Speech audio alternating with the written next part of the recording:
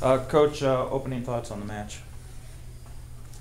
Um, uh, Overall, I guess first, congrats to Mesa. It's a tough region and always is, and they do what an upper classman team is supposed to do. That's the biggest difference, to be honest. They seized the moment more than us. I mean, it sucks to say it, but it's the truth. They were ready for the opportunity, and we weren't. They came out and they fed off the fans, and that's why you fight for the 1 seed. To have that advantage. I don't know why we laid the egg in set 2.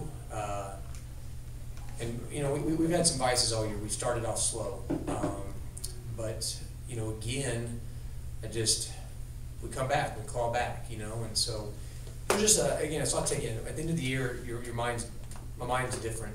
You lose, and so I don't want to overanalyze it like I do the rest of the games because careers are done and you take a lot of stuff out. But from a strictly strategic point of view, I actually thought we had a game plan, but we started slow and we didn't follow it, and we didn't rise to the occasion. And the difference was we didn't back down and we came back, and honestly, we won't know because we didn't take advantage of the opportunity.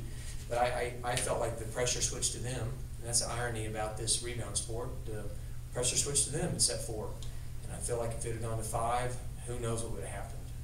We just missed some opportunities at the end. So, it's tough to get really upset at girls when we just don't quit. And at the end of the day, playoffs is basically what team shows up more, and they did. So they deserve it. Lauren talked about what you guys talked about after that second game to get back in, and what sparked you guys to get. I'd just say the girls, they did this huge thing for me and Cameron. Every time they were like, do it for the seniors, do it for the seniors. And I think me and Cameron definitely got out of our funk after that second set also. And we just decided we're not going down without a fight. We're not doing this. This is not going to be our last game, as Lady Bus. Coach, what was talk about your strategy and how you changed your attack to that third game to get you guys. Well, Lexi and Jessica are they're just go-getters, and they just were aggressive, and so all that happened was it's just the ebb and flow of the game. Teams adapt. Keith actually, my assistant, talks to them about that. So our middles were scoring, and then we switched it up, and so they were so keyed on our middles, and we went to our pins, and so I think that we put ourselves down 0-2, but then we adjusted, and then they struggled adjusting back to that, and so. It was basically a chess match in that aspect. And then at the end, there was opportunities we had to kill the ball, and then there's opportunities where their middles got flustered and they started tipping and rolling, but our wing defenders kept running back instead of reading the cues that they were just jumping to tip. So they tipped some balls that we should have easily dug up. So again, it's not sour milk or anything. It's the reality in this game. All the other matches, sometimes another team loses it more than the other team wins it, and they won those first 2 sets. We won the 3rd set. The 4th set, unfortunately, was half them winning it and half us losing it, and that's no disrespect to them because they put themselves up 2-0 the way they came out. It's just the ebb and flow of the game, and you just got to be honest about it. And so I wish we had some points back, but again, they probably feel the exact same way.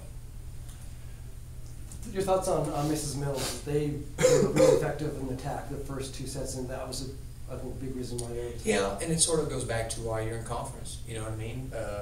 We beat Tarleton twice this year, 3-0, and they beat us in conference in 5. I think Mesa, Metro lost to Mines twice this year, and then Metro beat them in the conference tournament. The playoffs are fun because we played them at the very beginning of the year. And the playoffs are fun just simply because you get different teams, and it's basically who's going to respond faster. So, and you saw with all the matches. So they're good. They're very good. They're talented and very impressive. Their setter's good, and that's what happens when kids stay together for 3 years. So, but that's the fun part about playoffs. It's just simply you get a different look of teams that you don't get all year, and it's who's going to respond. So unfortunately, it took us 2 sets to respond, and after that, their mills are neutralized. If you look, they hit 530 in the first set, 192, 100, and 191. So the game normalized after those first 2 sets. Again, we put ourselves in a hole, and their strength is they start off very strong. It's a double whammy. Cameron, talk about real quick, if you can. Lexi Davis obviously, hurt her pinky, I believe, but just kind of her will to stay out there. What does that do for you? Lauren, same thing. What does that do for you two as seniors, seeing that you got an underclassman that is willing to really play through the pain and stay out there? It's inspiring. I think that's kind of what helped me and Bevan come out of it a little bit, because, Lexi's always a badass. I don't know if I can say that, but she's always a badass, and she's always going to go for it.